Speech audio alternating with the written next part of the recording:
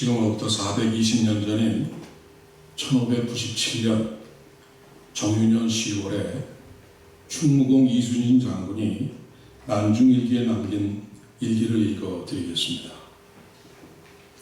10월 14일 저녁에 천안에서 사람이 와 집안 편지를 전했다. 대충 겉봉을 뜯고 본즉 겉에 통곡 두 글자가 쓰여 있어 막내 아들 면이의 전사를 알았다. 간담이 떨어져 목 놓아 통곡하고 통곡하였다. 하늘에 어질지 않음이 어찌 이러한가. 슬프다 내 아이야. 나를 버리고 어디로 갔느냐. 내 죄가 많아 내게 미친 것인가. 울부짖을 뿐이다. 하룻밤이 1년 같다. 10월 16일 내일로 막내아이 죽음을 들은 지 나흘째다. 마음대로 통곡할 수 없어 영내의 강막지 집으로 갔다. 10월 17일 맑다. 자식의 복을 입고 새벽에 곡하니 비통함을 견딜 길 없다. 충무공 이순신 장군이 막내 아들의 전사 소식을 듣고 난중일기에 남긴 이 기막힌 기록입니다. 당시 이순신 장군의 나이는 53살, 죽은 아들의 나이는 꽃다운 나이 21살이었습니다. 자식이 무엇인지 이 자식의 전사 소식에 수많은 전쟁터에서 수많은 사람들의 죽음을 접했던 이 영웅 이순신 장군도 통곡으로 무너져 내리게 했습니다. 가라앉은 지 3년이 지나서야 육지로 건져 올린 이 세월호에서 이미 3년이 지나서 다시 살아 돌아올 것도 아닌데 죽은 자식 뼈조각 하나라도 찾겠다고 3년 넘도록 집에 돌아가지 못하고 이 배에서 수거해온 이 진흙덩이 이 뻐록 뭉치를 이렇게 일일이 물로 씻어내면서 뼈조각을 아직도 찾고 있는 부모들이 있습니다. 성경에도 비슷한 기록이 나옵니다. 이 나인이라는 도시에 일찍 남편과 사별하고 자식 하나 의지하고 자식 하나의 인생의 모든 목적과 목표를 두고 살아가던 젊은 여인이 있었습니다. 어린 자식 하나 남겨놓고 먼저 간 이 남편을 한없는 그리움과 원망으로 삼고 외롭게 살아가고 있었습니다. 이 명절 때가 되거나 추수감사절과 같은 온 가족이 모일 때가 되면 더욱 외롭고 쓸쓸해서 어린 아들을 홀로 부둥켜 안고 서럽게 눈물을 삼키면서 살아갔습니다. 다른 평범한 여인네들이 즐기는 모든 것을 포기하고 오롯이 오직 자식 하나 똑바로 키워서 반듯하게 한번 살아보리라는 일념으로 살아온 그러한 여인이었습니다. 시간이 흘러 그 아름답던 젊은 과부의 얼굴에도 주름이 하나둘 잡히기 시작했고 흰머리도 늘어서 이제 중년을 넘어서 환갑을 바라보는 그런 나이가 되었습니다. 그래도 어린 시절 잘 보내고 청년기로 들어설 때까지 잘 자라준 이 자식이 너무나도 고마웠습니다. 그런데 이 청년이 되어서는 가끔씩 엄마를 무시하기도 하고 용돈이 적다고 투정도 하더니 가끔은 외박을 해서 엄마의 잠도 설치게 하곤 했습니다. 더구나 친구들과 어울려서 술, 담배도 즐기기 시작하더니 도박도 하는 것 같았고 이 교회도 자주 빠지기 시작을 했습니다. 그래도 이 과부는 유일한 소망이자 그녀의 삶 자체였던 그 자식을 포기할 수 없어서 이 막되어 나가던 그 아들을 위해서 기도를 드리기 시작했습니다. 나이가 들어 무릎이 시리고 멀리 걸어 다니기가 힘들었지만 그래도 새벽마다 교회에 나가 눈물로 간구하면서 오직 자식 하나 잘 되기만을 기도했던 것입니다. 하루 종일 밤늦도록 시장에서 장사하면서 생활을 꾸려갔기에 허리가 휠 정도였지만 왜 그렇게 자꾸 아프냐는 이 자식의 구박 소리를 듣지 않으려고 아픈 신용도 내지 않고 그렇게 살던 과거였습니다.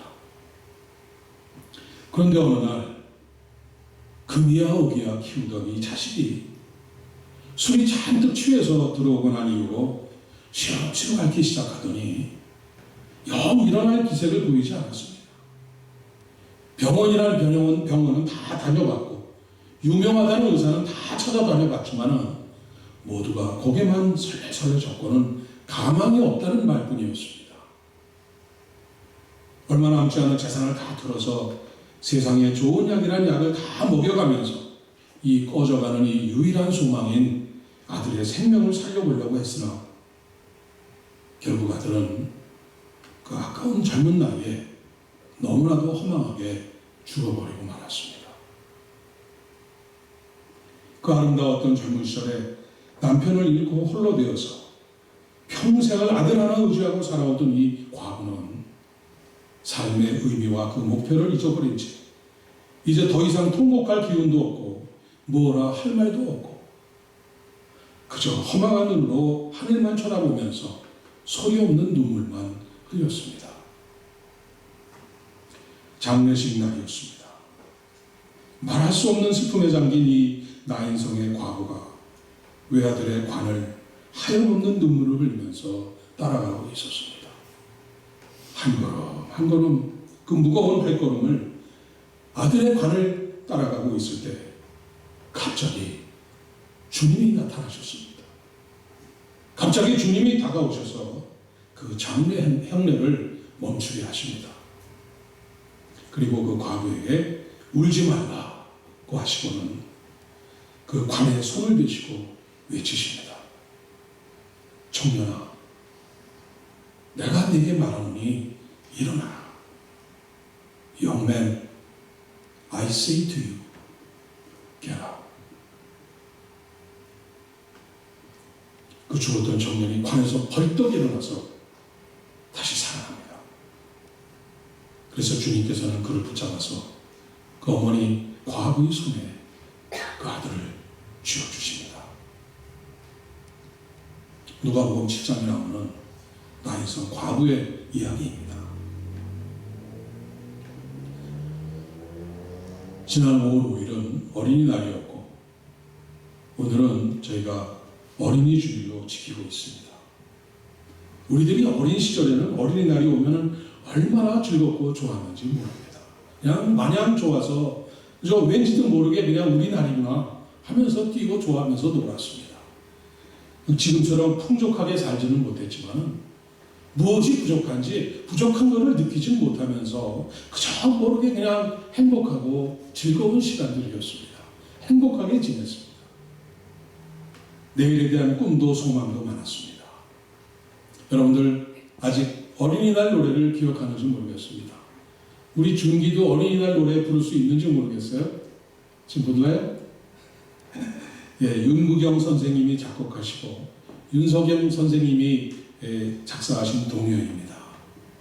나라라 새들아 푸른 하늘 아시죠? 예. 나라라 새들아 푸른 하늘을 달려라 냇물아 푸른 벌판을 5월은 푸르구나 우리들은 잘한다.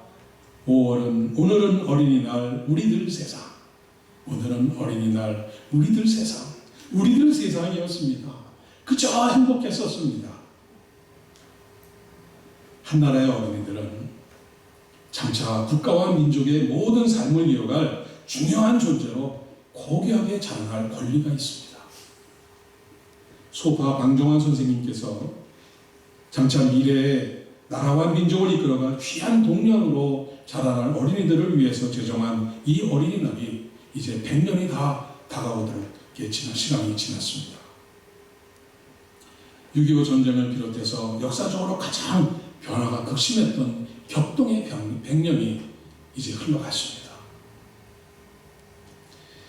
최근에 서울대학교 사회복지연구소에서 전 세계 6대주에 퍼져 있는 이 선진국과 개발도상국 또 후진국들 모두 16개 나라를 선정해서 만 8살 된 아동들, 그러니까 우리나라 학제를 따지면은 초등학교 2학년이나 3학년 된 아동들을 대상으로 해서 거의 2만 명에 달하는 전 세계 아이들에게 삶의 만족도, 이 각 행복도에 대한 설문조사를 했습니다.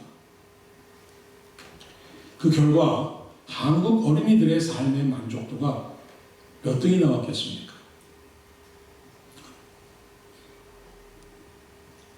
몇 등이라고 그래요? 1등. 16개국 중에서 우리나라 어린이들이 14등입니다. 거의 꼴찌에 가까웠습니다. 아이들이 행복하지가 않다는 것입니다. 다른 나라 아이들에 비해서 좋은 옷도 많고, 또 집에 TV도 있고, 개인 컴퓨터도 있고, 또 자가용도 있는 모든 것이 풍족한 상태였지만, 이 방과 후에 이 과외 공부와 이걸 이어지는 학원 학습으로 인해서 가족과 같이, 아빠, 엄마하고 같이, 누나, 형하고 같이 놀 수 있는 이런 시간이 없어서 전혀 행복하지가 않다는 것입니다.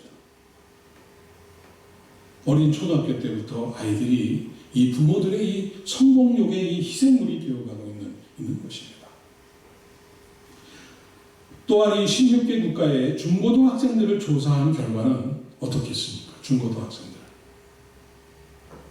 우리나라가 완전히 꼴찌였습니다. 학생들이 전혀 행복하지 않다는 것이었습니다. 근데 그 행복하지 않은 가장 주된 이유가 무엇인지 아십니까? 자신의 외모에 불만이라는 것입니다. 이 중고등학생들 대부분이 이 외모에 불만족하고 있어서 이 성형외과를 찾는 이 고객들 중에 30% 가까이가 다 이 중고등학생들이라는 것입니다. 이 지나친 외모 중시 현상의 결과입니다. 역시 우리 부모 세대들이 만들어낸 외모 위주의 문화와 또 연예인들, 또 방송 등으로 인한 오늘날의 큰 병폐가 아닐 수 없습니다. 그런데 전 세계에서 우리가 1등을 하고 있는 것이 하나 있습니다. 1등. OECD 국가 중, 그래도 세계 선진국가 중에서 청소년 자살률이 1등이라는 것입니다. OECD 평균은 자살률이 12.4명인데 우리나라는 10만 명당, 인구 10만 명당 33명의 청소년들이 자살을 하고 있다는 것입니다. 타의 추종을 불허할 정도의 압도적인 숫자로 세계 1위입니다. 물질적으로 부족함이 없는데 놀랍게도 이 자살률은 아주 상관왕입니다. 국민 자살률 1위, 노인 자살률 1위, 청소년 자살률 1위. 1등하지 못했고, 성공하지 못했고, 잘생기지 못했으니까 행복하지 않다. 살아갈 의미가 없으니까 죽을 수밖에 없다. 죽는 것밖에 뭐 할 수 있겠느냐. 이런 것입니다. 이 전 세계 젊은이들이 K-pop, 코리안 푸드, 코리안 웨이브 이러면서 이 한국 거라면은, 한국 사람이라면은 그냥 다들 부러워하고 선망의 눈초리를 바라보는데 정작 한국에 살고 있는 청소년들은 전혀 행복하지 않다는 것입니다. 그럼 이러한 이 사회적, 국가적 병폐와 이 위기 상황 속에서 교회는 어떻습니까? 전 세계에 퍼져 있는 한인교회의 반 이상이 주일학교가 없습니다. 저희 교회는 주일학교가 있는 교회에 속합니다. 자랑스럽게 생각하시기 바랍니다. 앞으로 교회를 떠맡아야 우리의 후세들인 이 초등학교서부터 이 중고등학생들이 교회에 나오지 않아서 주일학교가 없는 교회가 반이 넘었다는 것입니다. 그리고 이 대학 입학과 동시에 교회를 떠난 학생들이 95%를 넘어갔습니다. 대학교 진학과 동시에 해방이다 하면서 교회를 떠나는 이 학생들이 95%나 된다는 것입니다. 그리고 대학생 중에서 교회를 다니는 학생들을 조사해 보니까 2%밖에 안 된다는 것입니다. 그래서 앞으로 20년 내에 한국 교회는 현재의 한국 교회 교인들이 숫자가 전 세계적으로 800만 성도라고 부릅니다.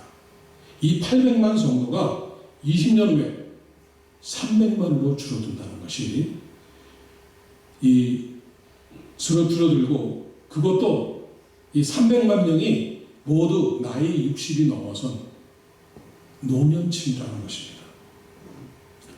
이것은 그냥 어떤 짐작이나 예측으로 이렇게 나온 것이 아니라 이 통계 과학자들이 정확한 수치와 정확한 그 계산법에 의해서 정확한 과학적인 방법으로 예측되어 있는 그런 것입니다.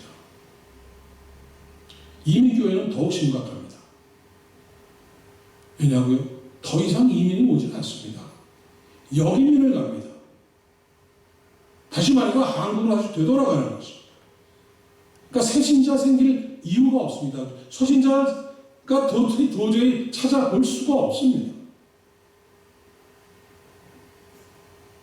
앞날이 도저히 보이지 않고 깜깜한 상황입니다. 이 모든 것은 교회가 교회로서의 이 역할을 충분히 하지 못하고 있는 증거입니다. 빛과 소금의 역할을 제대로 못하고 있기 때문에 나라와 민족이 썩고 병들어가면서 이렇게 위기에 처하고 있는 것입니다. 모든 교회들이 전도, 설교 그렇게 말들을 하지만 정작 자신의 자녀들의 이 신앙마저도 제대로 지금 지켜주지 못하고 있다는 것을 지금 보여주고 있습니다. 부모가 부모답지 못하고, 그리스도인들이 그리스도인답게 살아가지 못하고, 세상 사람들과 조금도 다름없이 똑같이 살아가고 있기 때문에 일어나는 현상입니다. 왜? 교회는 더 이상 재미가 없습니다. 세상은 유혹은 강합니다. 젊은 아이들을 막을 방법이 없습니다. 젊은 아이들이 눈에 볼 때 부모님도 똑같이 살아가고 있기 때문입니다. 4%도 안 되는 소금이 온 바닷물을 짜게 만들고, 의인 10명만 있어도 소돔과 고모라 산 전체를 구원할 수 있었지만은 그렇지 못했습니다.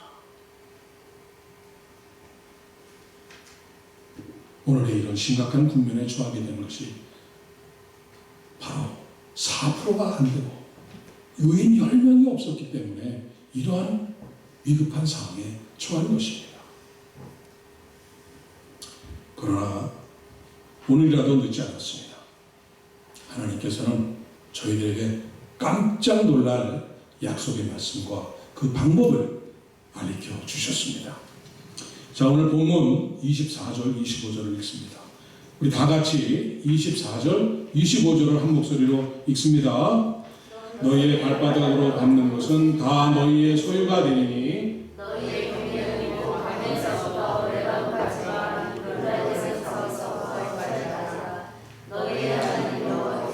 너희에게 말씀하신 대로 너희가 밟는 모든 땅 사람들에게 너희를 두려워하고 무서워하게 하시리니 너희를 능히 당할 사람이 없으리라. 아멘. 이 말씀 잘 보십시오. 지금 이스라엘 백성들은 애굽을 떠나서 가나안을 향해 가고 있습니다. 지금 그들이 가진 것이 뭐 있습니까? 아무것도 없습니다. 40년을 광야에서 돌아보니까 갖고 나온 거 다 먹을 거 다 떨어졌고 아무것도 없습니다.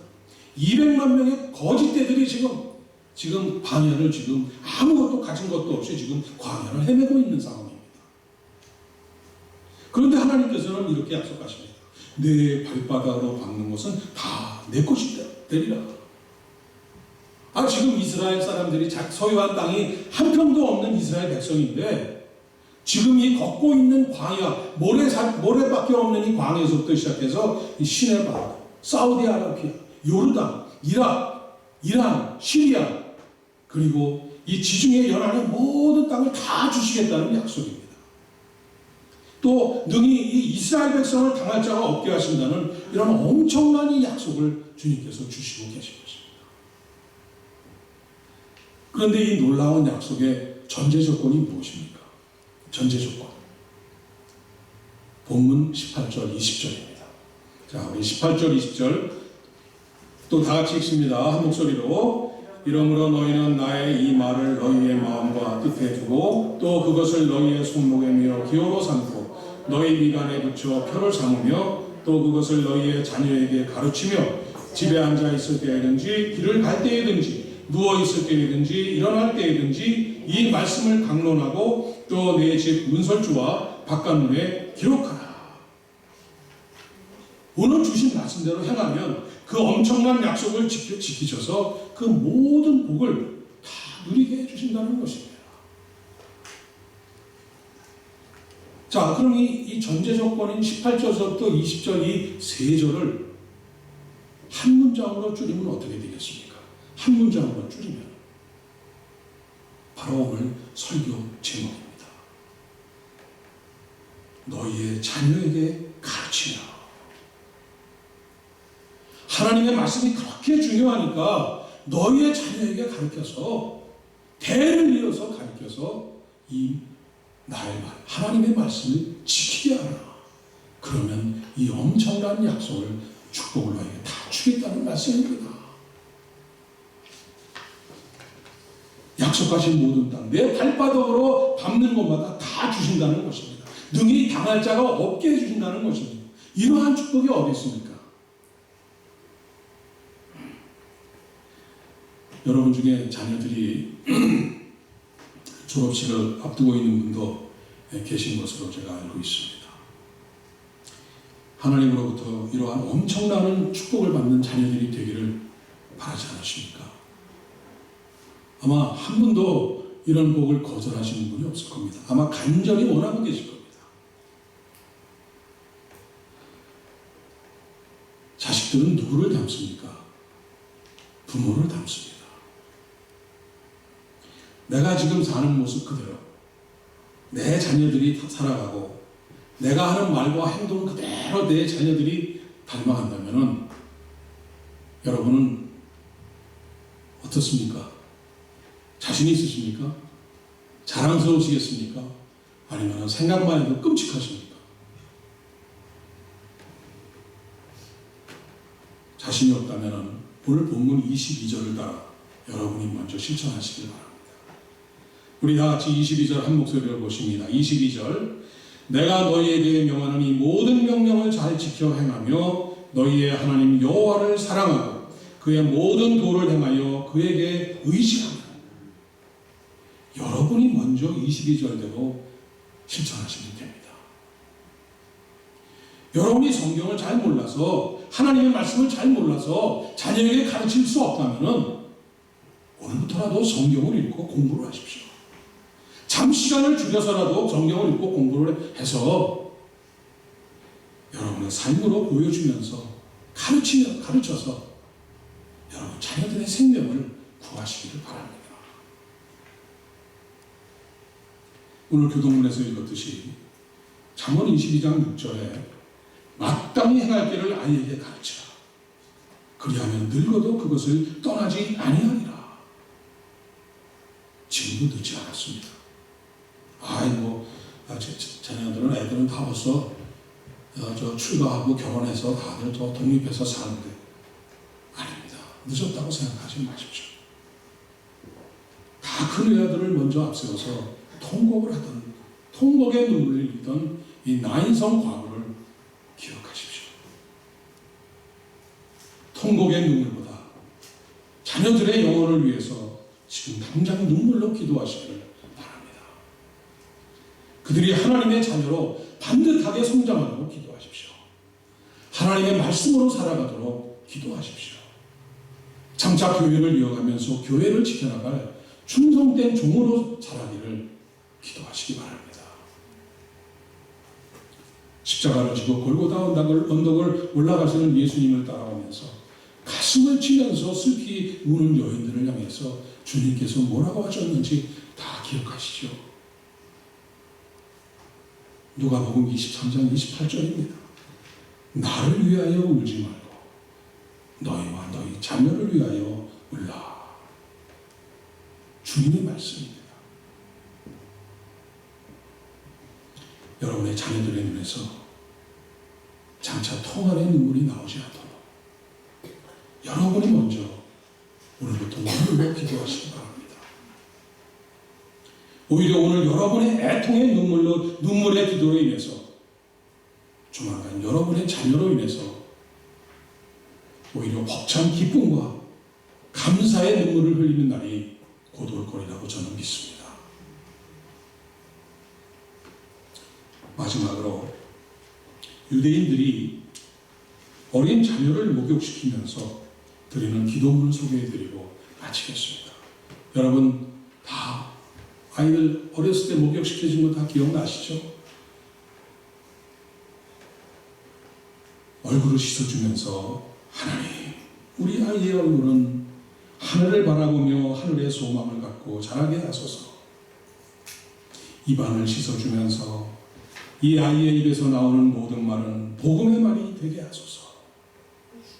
머리를 감겨주면서 하나님, 이 아이의 머릿속에는 지혜와 지식이 가득 차게 하옵소서.